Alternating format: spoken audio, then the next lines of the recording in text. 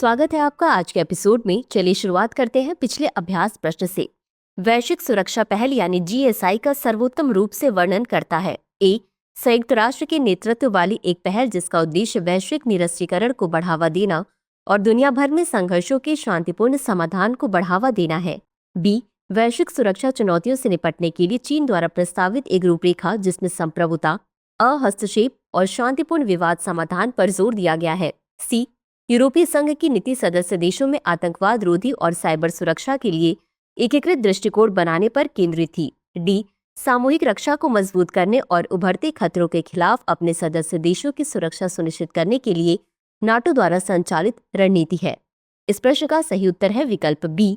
चलिए देखते हैं इसके विश्लेषण को। वैश्विक सुरक्षा पहल एक चीनी नेतृत्व वाली रूपरेखा है जो सहयोगात्मक सुरक्षा, संप्रभुता के सम्मान, घरेलू मामलों में हस्तक्षेप न करने तथा अंतर्राष्ट्रीय विवादों के शांतिपूर्ण समाधान पर केंद्रित है। यह पहल पारंपरिक पश्चिमी नेतृत्व वाले सुरक्षा ढांचे को चुनौती देती है तथा बहुध्रुवीय विश्व व्यवस्था की वकालत करती है, अतः विकल्प बी सही है।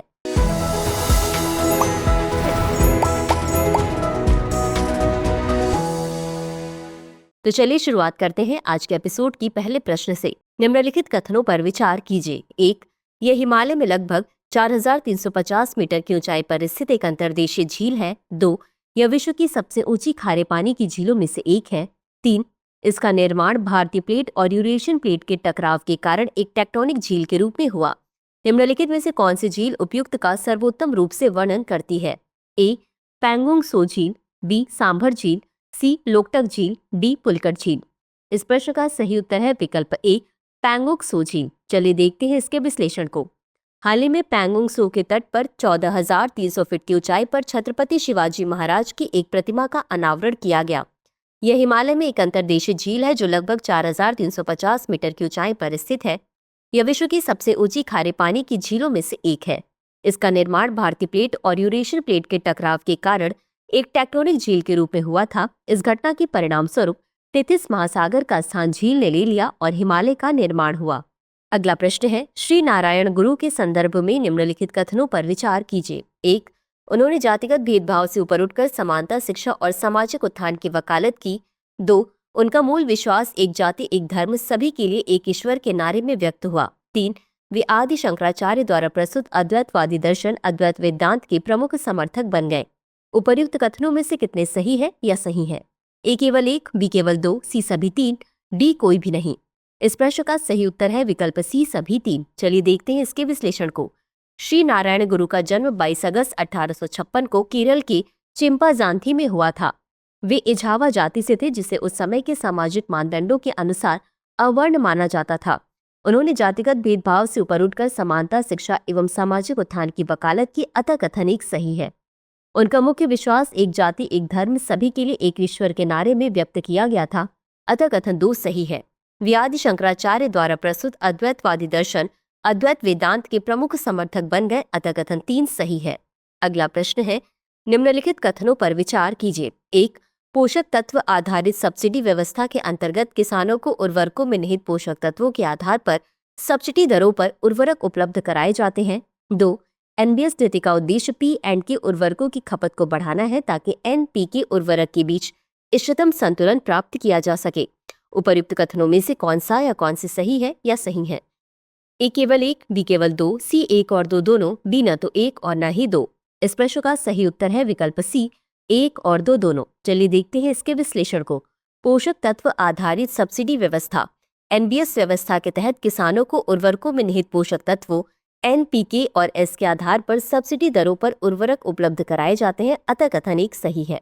एनबीएस नीति का उद्देश्य पी&के उर्वरकों की खपत को बढ़ाना है ताकि एनपीके उर्वरक के बीच इष्टतम संतुलन हासिल किया जा सके, अतः कथन 2 सही है। अगला प्रश्न है, संसद के संदर्भ में निम्नलिखित कथनों पर विचार कीजिए। 1, संसद का सत्र आहूत करने का प्रावधान संविधान के अनुच्छेद 85 में निर्दिष्ट है। 2, संसद का सत्र आहूत करने का अधिकार संसदीय मामलों की कैबिनेट समिति को है जिसे राष्ट्रपति द्वारा औपचारिक रूप दिया जाता है। उपर्युक्त कथनों में से कौन सा या कौन से सही है या सही है? ए केवल 1, बी केवल 2, सी 1 और 2 दोनों, डी न तो 1 और न ही 2। इस प्रश्न का सही उत्तर है विकल्प सी 1 और 2 दोनों। चलिए देखते हैं इसके विश्लेषण को। संसद के सत्र संसद को आहूत करने का प्रावधान संविधान के अनुच्छेद 85 में है, अतः कथन एक सही है। संसद का सत्र आहूत करने का अधिकार सरकार के पास है। यह निर्णय संसदीय मामलों की कैबिनेट समिति द्वारा लिया जाता है, जिसे राष्ट्रपति द्वारा औपचारिक रूप दिया जाता है, अतः कथन 2 सही है। अगला प्रश्न है, निम्नलिखित कथनों पर विचार कीजिए। 1. संविधान के अनुच्छेद 51A के अनुसार भारत के प्रत्येक नागरिक का कर्तव्य होगा कि वह संविधान का पालन करे एवं उसके आदर्शों, संस्थाओं, राष्ट्रध्वज एवं राष्ट्रगान का सम्मान करे। 2. मौलिक कर्तव्यों का विचार रूस के संविधान तत्कालीन सोवियत संघ से प्रेरित है। उपर्युक्त कथनों में से कौन सा या कौन से सही है या सही है? A केवल 1, B केवल 2, C 1 और 2 दोनों, D न तो 1 और न ही 2। इस प्रश्न का सही उत्तर है विकल्प C 1 और 2 दोनों। चलिए देखते हैं इसके विश्लेषण को। संविधान के अनुच्छेद 51A के अनुसार भारत के प्रत्येक नागरिक का कर्तव्य होगा कि वह संविधान का पालन करे एवं उसके आदर्शों, संस्थाओं, राष्ट्रध्वज एवं राष्ट्रगान का सम्मान करे, अतः कथन एक सही है। मौलिक कर्तव्यों का विचार रूस के संविधान तत्कालीन सोवियत संघ से प्रेरित है, अतः कथन 2 सही है। अगला प्रश्न है, कॉलेजियम प्रणाली के संबंध में निम्नलिखित कथनों पर विचार कीजिए। 1. यह न्यायाधीशों की नियुक्ति और स्थानांतरण की प्रणाली है जो उच्चतम न्यायालय के विभिन्न निर्णयों के माध्यम से विकसित हुई है। 2. भारतीय संविधान के अनुच्छेद 124 और अनुच्छेद 217 उच्चतम न्यायालय और उच्च न्यायालयों में न्यायाधीशों की नियुक्ति से संबंधित है। उपर्युक्त कथनों में से कौन सा या कौन से सही है या सही है? A केवल 1, B केवल 2, C 1 और 2 दोनों, D न तो 1 और न ही 2। इस प्रश्न का सही उत्तर है विकल्प C 1 और 2 दोनों। चलिए देखते हैं इसके विश्लेषण को। कॉलेजियम प्रणाली यह न्यायाधीशों की नियुक्ति और स्थानांतरण की प्रणाली है जो संसद के अधिनियम या संविधान के प्रावधान द्वारा नहीं बल्कि उच्चतम न्यायालय के निर्णयों के माध्यम से विकसित हुई है, अतः कथन एक सही है। भारतीय संविधान के अनुच्छेद 124 और अनुच्छेद 217 उच्चतम न्यायालय और उच्च न्यायालयों में न्यायाधीशों की नियुक्ति से संबंधित है, अतः कथन 2 सही है। अगला प्रश्न है, पवित्र उपवनों के संबंध में निम्नलिखित कथनों पर विचार कीजिए। 1. ये अछूती वन भूमि है जो स्थानीय निवासियों द्वारा अछूती छोड़ दी गई है तथा स्थानीय लोगों द्वारा अपनी संस्कृति और धार्मिक विश्वासों के कारण संरक्षित है। 2.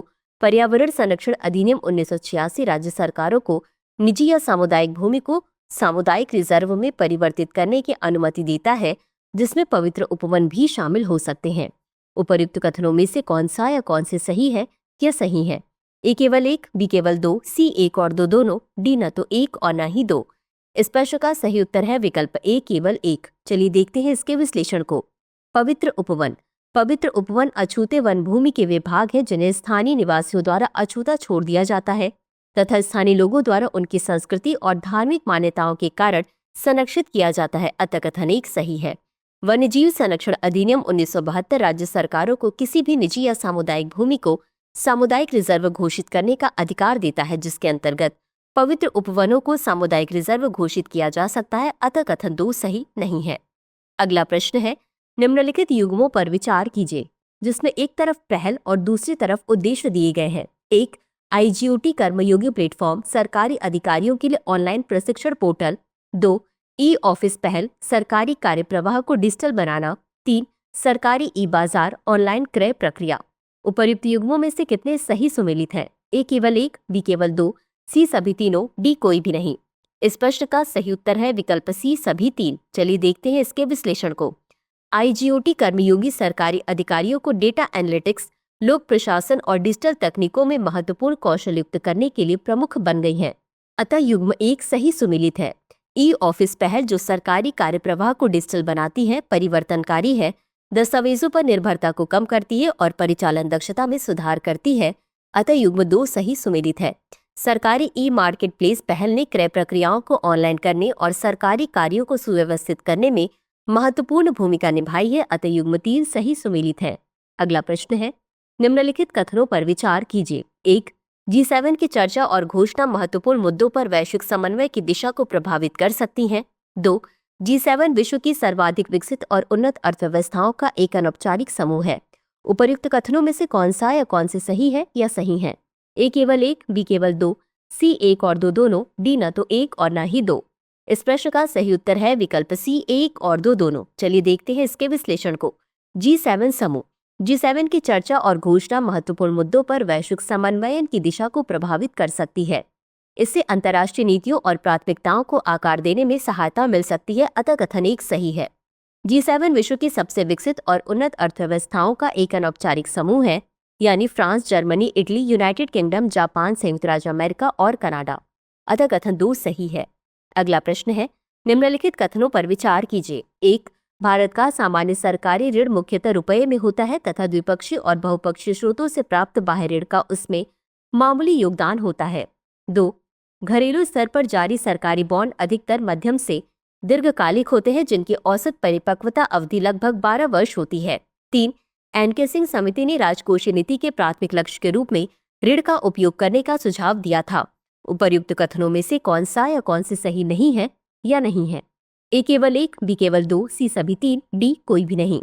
इस प्रश्न का सही उत्तर है विकल्प डी कोई भी नहीं। चलिए देखते हैं इसके विश्लेषण को। भारत का सरकारी ऋण मुख्य रूप से रुपए में दर्शाया जाता है, जिसमें द्विपक्षीय और बहुपक्षीय स्रोतों से बाह्य ऋण का योगदान बहुत कम होता है। अतः कथन 1 सही है। घरेलू स्तर पर जारी किए जाने वाले सरकारी बॉन्ड अधिकतर मध्यम से लंबी अवधि के होते हैं, जिनकी औसत परिपक्वता अवधि लगभग 12 वर्ष होती है। अतः कथन 2 सही है। एन.के. सिंह समिति ने राजकोषीय नीति के लिए प्राथमिक लक्ष्य के रूप में ऋण का उपयोग करने का सुझाव दिया। अतः कथन 3 सही है। तो चलिए अंत में देखते हैं आज के अभ्यास प्रश्न को। इम्पॉसिबल ट्रिनिटी थ्योरम, जिसे प्रायः समाचारों में देखा जाता है, का सबसे अच्छा वर्णन किस रूप में किया जा सकता है? ए. किसी देश की मौद्रिक स्वतंत्रता, विनिमय दर स्थिरता और पूर्ण पूंजी गतिशीलता को एक साथ प्राप्त करने में असमर्थता। बी. 3 देशों की एक साथ आर्थिक वृद्धि हासिल करने में असमर्थता। सी. किसी अर्थव्यवस्था में मुद्रास्फीति, बेरोजगारी और आर्थिक विकास के बीच का व्यापार स्थिरता। डी. राजकोषीय घाटा, चालू खाता घाटा और बाह्य ऋण स्थिरता के बीच संतुलन। इस प्रश्न का उत्तर कमेंट बॉक्स में जरूर दें। आज के लिए बस इतना ही। धन्यवाद। डियर व्यूअर्स, अपने एग्जाम की तैयारी को और बेहतर करने के लिए हमारे चैनल को लाइक, शेयर और सब्सक्राइब करना न भूलें।